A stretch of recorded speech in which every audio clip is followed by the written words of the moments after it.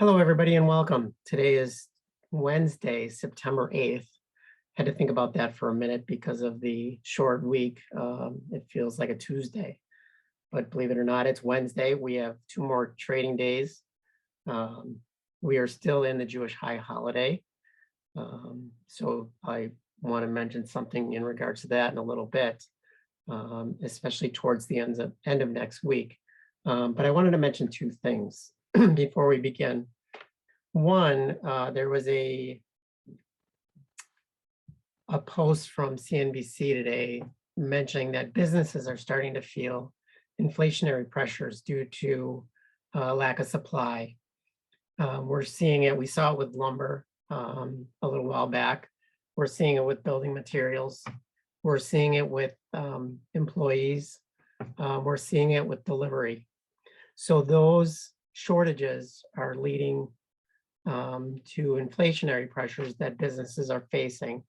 And that goes back to the whole transitory, not transitory, careful eye on the Fed on what they're going to do in regards to their bond purchases. If you recall, they were going to stop buying bonds, which basically props up the market sometime this year. Whether or not that holds true and whether or not these pressures continue and rise, I think will play a part in the Fed's hand. Speaking of the Fed, another pressing issue with the markets is that Yellen signaled to Congress that they need to start thinking about the debt ceiling. The Fed has recently taken steps to curtail their spending, and that Yellen believes is going to run out sometime in October. I kind of want to quote something that Yellen said: "A delay that calls into question the federal government's ability to meet all of its obligations would likely cause irreparable damage to the U.S. economy and global financial markets. We have learned from past debt limit impasses that waiting until the last minute to suspend or increase the debt limit can cause serious harm to business and consumer confidence, raise short-term borrowing costs for taxpayers, and negatively impact the credit rating of the United States." Quite a lot into those statements. And we'll see where that goes. Like I said, they have sometime in October before the debt ceiling issue becomes a true issue. And it'll be interesting to see what direction the U.S. Congress is going to take in regards to that. I'm not going to get into we should be fiscally conservative. We should be spending money on infrastructure. I'm just stating that there's a little black cloud that's going to get bigger as September ends and we roll into October. And it may have a serious impact on the market. So with that, speaking of the market, a couple things to look at. So here's the SPY on the 3-month with a 20 SMA. As you can see, we are rolling over. But what I like about this candle is that even though sellers pulled this down, and we didn't reach the 20 SMA, we came close to it, but buyers bounced back. They did not bring it up to the open, so it's a red candle. I think it's a little bit, shows a perseverance of the market, that bulls are willing to come in, step in and start buying. If you'll notice another thing, we have volume increase today, but on the downslope. And I think a lot of that has to do with the Jewish holiday. And if we look at a calendar, so today is September 8th. September 16th is Yom Kippur. After that day, and this period of time for Jewish investors is a time to celebrate. It's a time to reflect. It's a time to not trade. And that's why I think we're seeing this lower volume. However, on Friday, the 17th, which is basically the middle of the month, here's the 15th, Yom Kippur, the 17th, I would expect that, and Alan would expect that to be a bullish day. He sees quite a bit of volume, quite a bit of buying activity. So we'll see when we get there. But as for this, well, today's Wednesday, maybe we'll see a pop before we short. But I do believe that going into the weekend, we are going to sell off. Alan's two favorites and two that he played today were GOOG and Goldman Sachs. As you can see, Goldman Sachs had quite a red day. And if we look at the 5-minute one-day,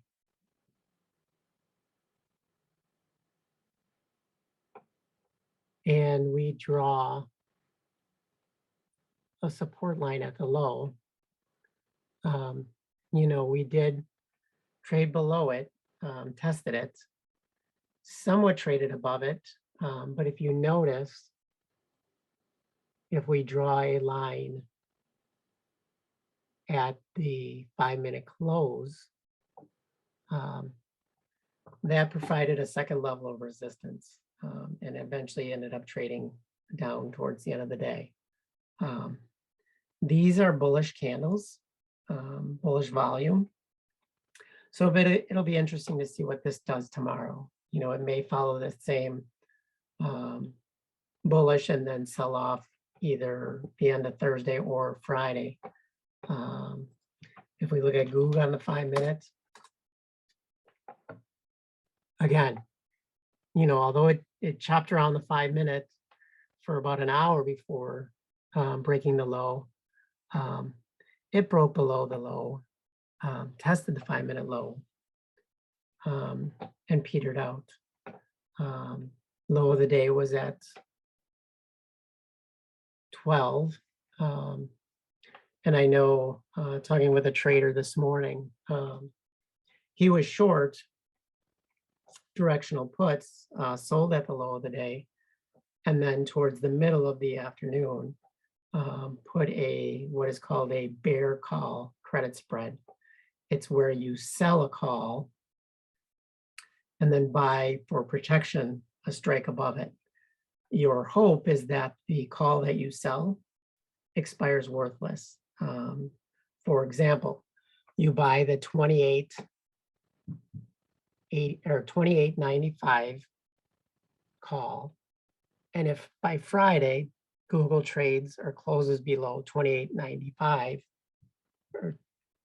that call that you sold expires worthless.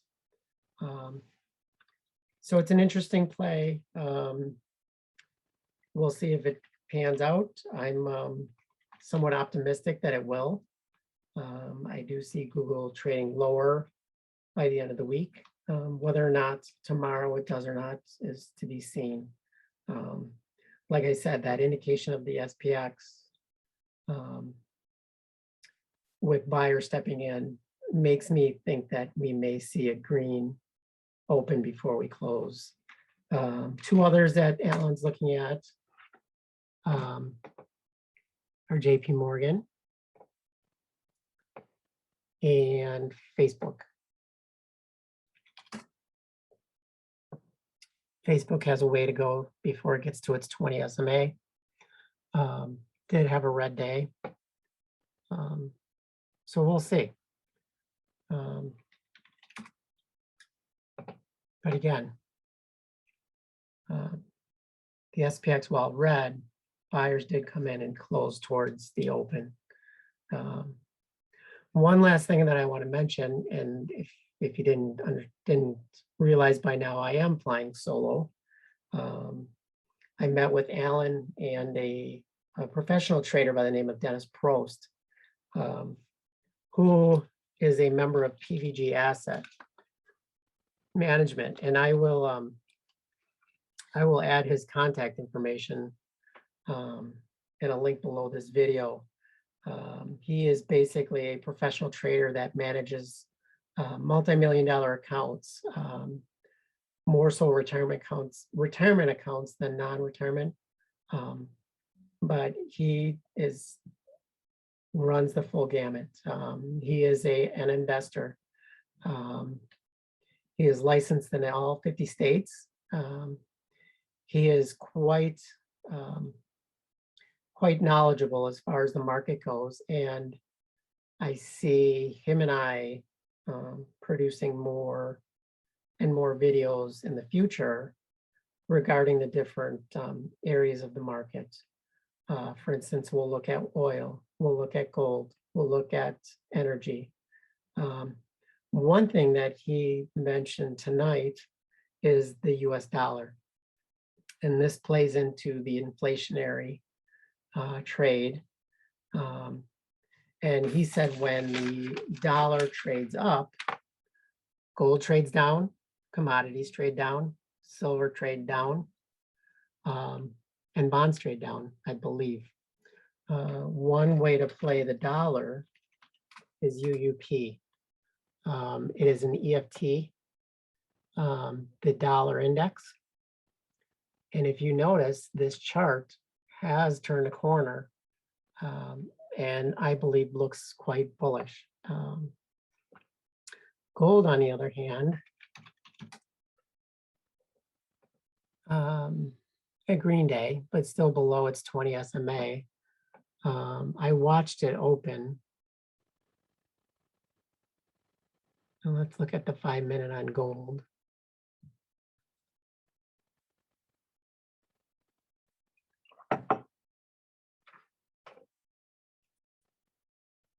So if you look at gold, it traded lower, and I'll put the 5-minute low in, before bouncing bullish and ended pretty close to where it opened. It did trade in a tight range. You know, the high being just under 20 and the low being 1960. So 40-cent move for gold. I believe the market's waiting. I believe that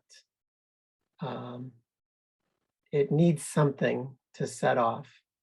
And when it does, I think it's going to move quite well. There's a saying goes that you take the stairs up and the elevator down. So be aware of that as you trade. I know Dennis is balanced, meaning he has longs and shorts.